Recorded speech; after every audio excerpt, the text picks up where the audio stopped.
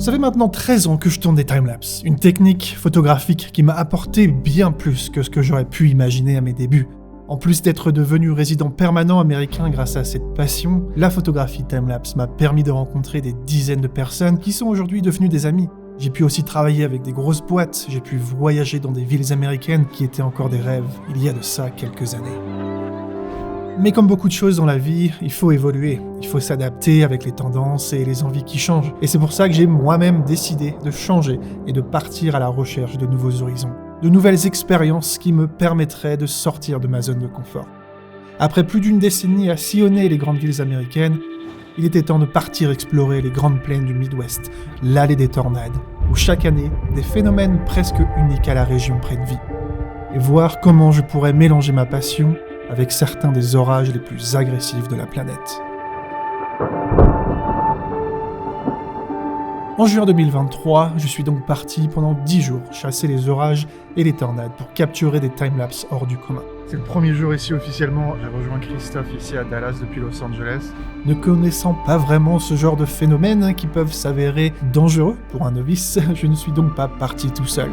Dans les 3 prochaines vidéos, je vais vous raconter 3 jours de chasse aux tornades pendant ce séjour. Mais n'oubliez pas de vous abonner à la chaîne de Chris, aka Chronique Chaotique, pour l'autre moitié du voyage. Comment j'ai timelapsé la Tornado Alley, ça commence maintenant.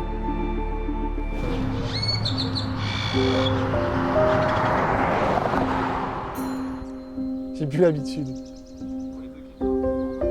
Alors, Lupoc interview Emmerich, prise 1. Donc ça fait depuis 10 ans déjà que je me focalise vachement sur les villes. Et il m'est arrivé de tomber sur des tempêtes, des orages en pleine ville. Et à chaque fois que j'étais face à un orage en ville, même si c'est pas aussi important que ce qu'on peut trouver ici dans le coin, ça me donnait un petit peu d'adrénaline, ça m'excitait plus que d'habitude en fait. The rain shower is gone, but there's small ones coming back, which is perfect. Je me disais, waouh, j'ai réussi à capturer un truc comme ça au-dessus de Los Angeles, au-dessus de New York. Même juste une averse qui passe au-dessus de New York, je trouve ça très artistique et très joli. Donc il y a un jour, je me suis dit, pourquoi pas essayer d'aller plus loin, c'est-à-dire ici dans l'allée des tornades. Je savais que je voulais pas le faire tout seul, dans le sens où ce genre de tempête, ça peut être assez dangereux. Il fallait que je trouve quelqu'un pour faire ce voyage avec. Interview Chris, Deep Feelings, première. Ça fait maintenant bientôt 20 ans que je chasse les orages. C'est une passion que j'ai depuis que je suis tout petit. Enfin, tout d'abord, les orages en eux-mêmes, les observer par la fenêtre de chez moi. Et je trouvais ça tellement magnifique que je me suis dit que ce serait intéressant d'aller les chercher, d'aller en voir le maximum. Et c'est en suivant, en tombant sur des documentaires à la télé que j'ai fini par me rendre compte que c'était tout à fait possible de prendre sa voiture et d'aller comme ça à la rencontre de ces orages. Donc j'ai décidé d'en faire vraiment un axe central de ma vie. Clairement, c'est une passion qui me prend beaucoup de temps et beaucoup d'énergie, mais c'est quelque chose qui m'anime au quotidien et qui me pousse à venir jusqu'aux États-Unis, jusqu'à la Tornado Alley. Cette région, bien sûr, qui représente la Mecque pour tous les passionnés d'orages comme moi, puisque c'est là qu'il y a les orages les plus violents, les plus impressionnants sur Terre. L'histoire marrante de comment je l'ai rencontré, en fait, c'est que YouTube m'a recommandé une de ses vidéos. Mais quand j'ai commencé à regarder ses vidéos, j'ai déjà beaucoup aimé la façon dont il chassait, la façon dont il racontait ses histoires et tout le travail de vidéaste qu'il y avait derrière. C'était pas un vlog comme on a l'habitude de connaître, c'était vraiment un mini documentaire à chaque fois. Donc je me suis dit, je vais le contacter, on va voir ce qui se passe. Ce hasard d'Emmerich qui me contacte et qui me propose de partir avec lui chasser les tornades tombait plutôt bien. Moi, ça me plaisait d'ajouter cet objectif vraiment précis du timelapse pour un nouveau voyage, pour aussi renouveler ma façon d'approcher les orages. C'est marrant parce que ce certain Emmerich, en fait, je le connaissais très bien parce que j'étais déjà abonné à sa chaîne YouTube depuis pas mal de temps. Et puis, il a été très gentil de me répondre assez rapidement. On a fait un appel vidéo assez rapidement après et puis voilà, 4-5 mois plus tard, on est ici au Texas.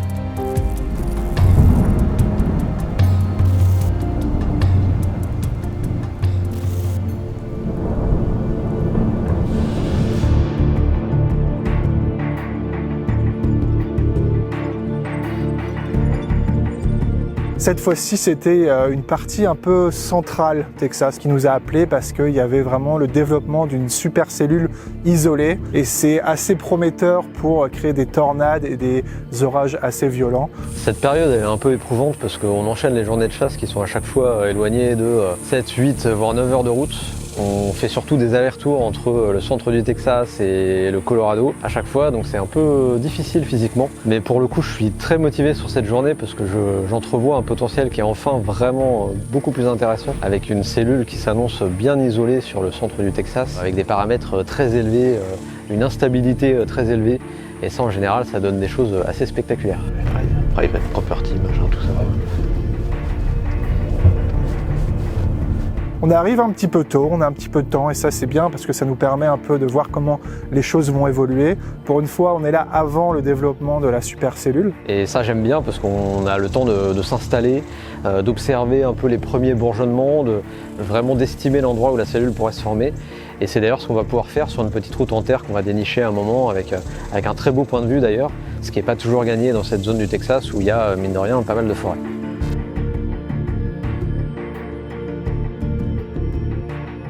Et ce qui est bien, c'est que c'est surélevé et puis on voit la vallée tout en bas. Et on est aussi juste devant le développement de la supercellule. Donc ça va être un plan parfait pour pouvoir partir de petits cumulus à peut-être l'orage que ça va devenir. Ah, si ça prend bien là, on serait pas trop mal placé. Hein. Oh, il fait chaud. Oh, les odeurs quoi, de végétation. Une petite route en terre, hein, vraiment il n'y a rien autour de nous, ça, on pense que c'est abandonné. Il y a pas mal de moustiques et des vaches qui nous regardent. Et on va voir ce que ça donne. On a commencé notre séjour aujourd'hui à Amarillo où il y avait 60 degrés Fahrenheit. Et là on est à peu près à 93. On met quand même de la crème solaire parce que là, ouais, Il y a besoin là.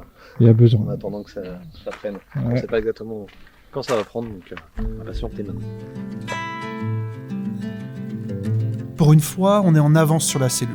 Donc en attendant que les orages prennent, on décide de profiter pleinement de l'ambiance du Texas, qui est un peu différente cette année. On va rester, je dirais, un peu plus d'1 heure à cet endroit-là, au milieu des oiseaux, des papillons et des moustiques. Mais c'est l'ambiance typique aussi du Texas, bien que cette année le Texas soit très humide et qu'on est sur une ambiance vraiment beaucoup plus fournie en végétation que d'habitude. Donc ça c'est un petit peu inhabituel pour moi. Mais voilà, au moins on peut s'imprégner vraiment de cette ambiance. On n'est pas à courir directement sur l'orage et ça c'est cool. Je décide quand même de mettre un timelapse en place, en espérant capturer la croissance rapide de cet orage, juste devant nous. Mais les choses ne vont pas se passer comme prévu. Donc on voit un premier nuage qui commence à se développer mais qui se dissipe quand même assez rapidement. Il y a un petit peu d'essai de la part de l'atmosphère de nous créer un orage, mais on sent que c'est un peu difficile pour l'instant. Moi j'avoue que j'ai une petite inquiétude, une petite appréhension, parce que ça m'est déjà arrivé par le passé de voir ce genre de choses, de tentatives de convection qui finalement ne mènent à rien en soirée. Mais quand même j'ai un bon espoir parce que les paramètres me paraissaient vraiment très bons sur cette journée et je me dis que ça va finir par prendre, donc j'essaye de ne pas communiquer mon stress à l'équipe et j'attends patiemment de voir ce qui va se passer. Et je dirais une vingtaine de minutes après, on voit une deuxième cellule qui commence à se développer. On voit bien que celle-là, elle gagne pas mal de terrain, elle commence vraiment à grossir, à devenir de plus en plus foncée. C'est bien, c'est la super cellule qu'on voit sur tous les modèles. Je pense que ça va être notre sujet aujourd'hui. On a une base qui se forme sur l'horizon, c'est-à-dire qu'on sent que l'orage devient vraiment ancré sur sa position et qu'il va commencer à puiser toute l'énergie qui se trouve autour de lui. Il va commencer à faire des bandes d'alimentation, comme on dit, donc ces petits nuages en pointe sur le bord de l'orage qui montrent que le vent rentre comme ça et que ça va permettre d'alimenter ce moteur, cette turbine qui va ensuite perdurer normalement, si tout se passe bien, pendant des heures sur le paysage texan. Elle est passée en sévère thunderstorm. Pour l'instant, elle fait presque du surplace. Elle avance un peu vers nous quand même. Très très légèrement, mais elle va se reformer sans doute en permanence sur sa partie ouest en fait. Elle va sans doute s'organiser à ce niveau-là, au niveau de sa base. On est bien placé là. On est pour l'instant un peu trop au nord, c'est-à-dire que la pluie qui est devant risque de nous cacher justement la base. Juste au-dessus de nous là. Ouais, ça gronde dans l'inclume au-dessus. Donc on continue pendant 15-20 minutes à tourner quelques timelapses depuis ce spot et enfin on décide de partir pour se rapprocher, aller un peu plus vers le sud pour voir un petit peu le nuage mûr et plus la super cellule avec le soleil qui commence à descendre très rapidement. Là, c'est en train de se remonter d'un câble là. Concentration. Allez, ça va être bon, ça va être la cellule. Alors on était quasiment parfaitement positionné pour l'initiation de l'orage, mais comme cet orage il va commencer à se décaler un peu vers le sud-est, on va devoir bouger un petit peu aussi.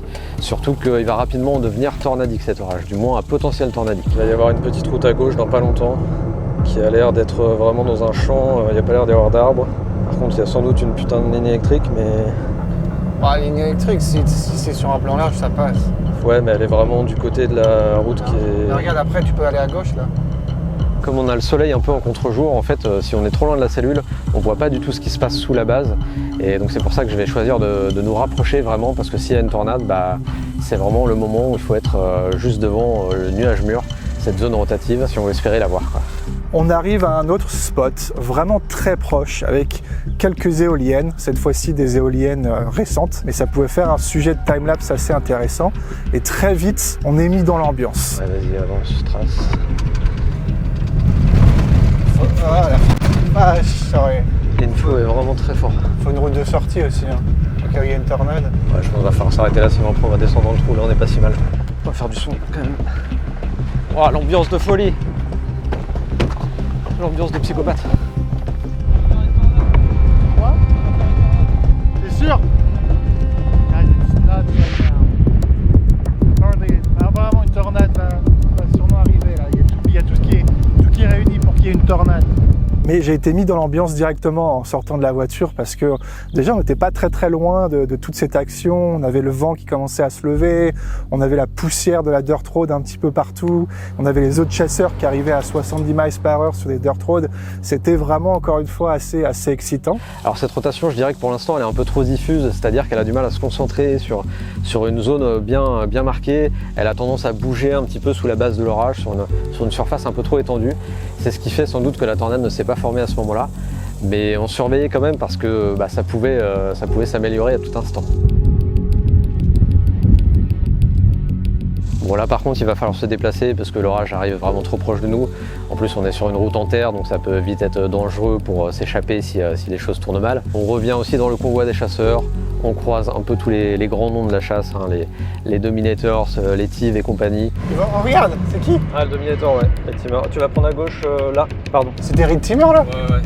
Putain, excellent. Et très vite, on passe en Tornado Warning. C'était la première fois de ma vie que je suis dans un espace qui est en Tornado Warning. Donc ça veut dire quoi? Ça veut dire déjà qu'on reçoit pas mal de notifications assez effrayantes sur nos téléphones qui nous disent qu'il y a une potentielle tornade qui peut se former. Ton premier Tornado Warning, mec. C'est excitant. Les choses sérieuses commencent là. Ça y est, on est enfin en train de chasser cette cellule tant attendue. Mais des dizaines d'autres chasseurs ont eu la même idée que nous. Et même si ça nous ralentit un peu, on a quand même le temps de se repositionner comme il faut au sud de l'orage pour espérer capturer quelques timelapses. Tornado Warning encore. Voyons, on est repassé dans la zone. Pour une fois, cette cellule ne se déplace pas trop vite, elle se déplace même plutôt très lentement. Donc on a tout le confort de se repositionner au fur et à mesure et d'essayer d'observer une potentielle tornade.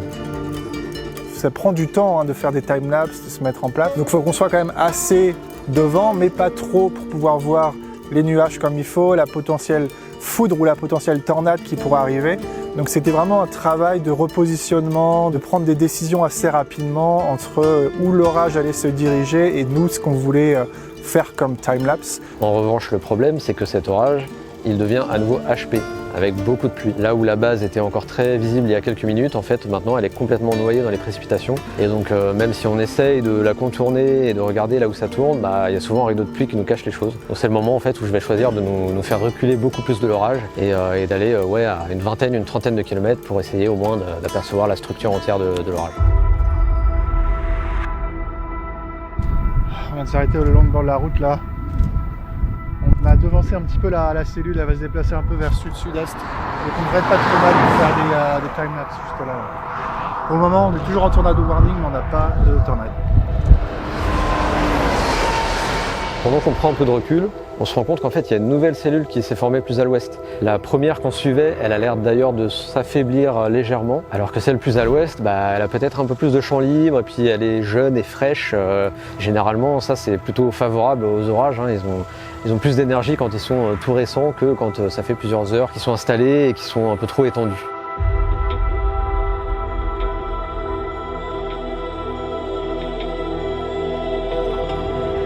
Donc on va décider de miser sur ce deuxième orage.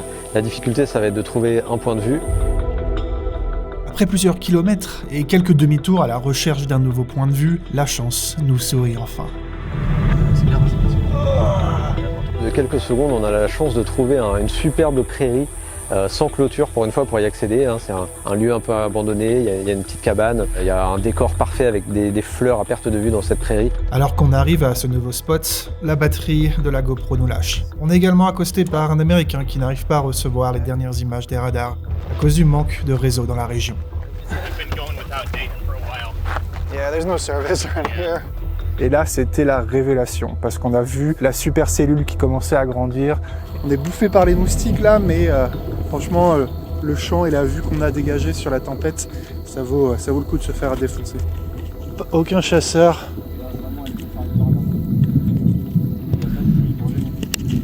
C'est une deuxième cellule en fait, la première qu'on suivait, elle est là, elle s'est fait un peu défoncer par la deuxième qui s'est créée derrière. Et celle-ci, elle balance des extra nuageux, une forte rotation, elle commence à faire un nuage mûr là-bas. La structure est vraiment parfaite, c'est circulaire à toutes les couches de l'atmosphère. Plein d'extra nuageux qui tombent, ça montre qu'il y a une grosse activité. Wow. Ça risque de bientôt se rapprocher de nous, les extra nuageux, il faudra qu'on fasse gaffe.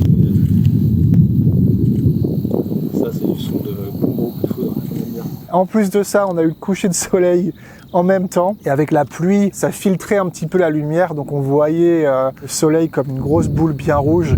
Et c'était un spectacle vraiment à couper le souffle. Ah. Je vais passer en tornado warning. Ouais, tornado warning.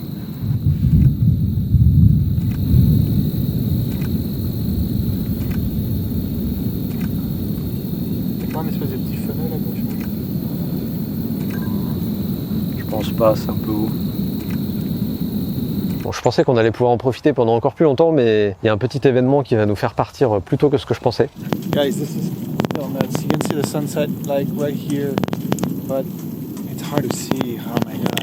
I'm not going to show you my face. Look at this beauty.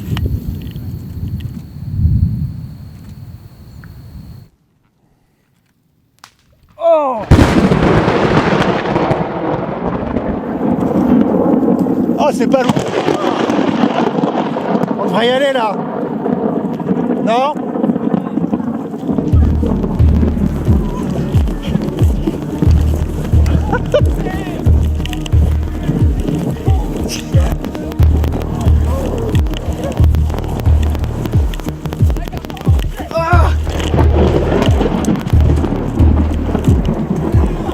Putain, les clés! J'ai pas les clés ici. C'est bon?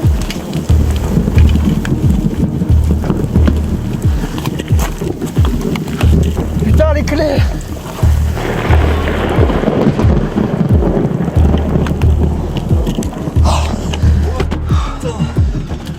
What the fuck?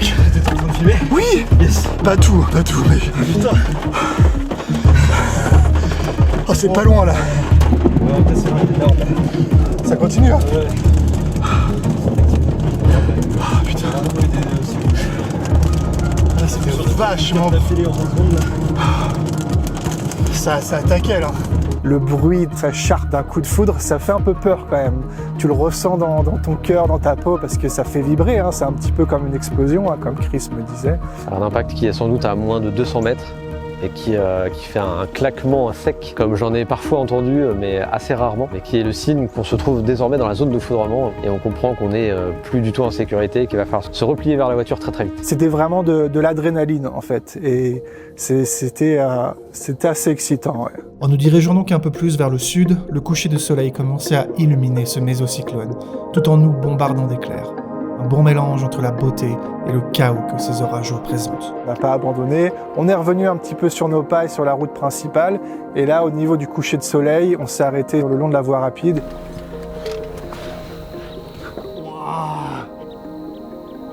Oh la vache! C'était vraiment un spectacle exceptionnel, et même si j'ai pas eu le temps de tourner beaucoup de timelapse à ce moment-là, c'était la magie de la nature juste devant nous, et ça, seulement ça, c'était une expérience assez unique. On fait plusieurs petits arrêts très courts juste pour faire quelques photos et puis ensuite on s'éloigne à nouveau totalement pour enfin découvrir cette structure à la nuit tombante avec ses éclairs dans tous les sens, et là forcément il y a un sujet de choix pour le timelapse. C'est bien ouvert en plus. Et là, on pouvait voir que la cellule continuait à donner pas mal d'activité électrique. Donc encore une fois, on s'est arrêté sur une petite dirt road et on a fait d'autres timelapses et d'autres photos de l'activité électrique qu'on pouvait voir dans la cellule avant de terminer cette journée de chasse. L'adrénaline que nous venons de vivre, suivie par le plaisir d'être au bon endroit au bon moment avec ce dernier spot, était un peu la cerise sur le gâteau de cette journée de chasse intense. Ce fut le jour où je me suis rendu compte des forces de la nature et des sensations uniques que la chasse aux tornades pouvait procurer. Des sensations que je n'avais jamais vraiment vécues auparavant. Mais nous sommes qu'à la moitié de ce séjour dans l'allée des tornades, donc abonnez-vous pour ne pas louper les prochaines aventures.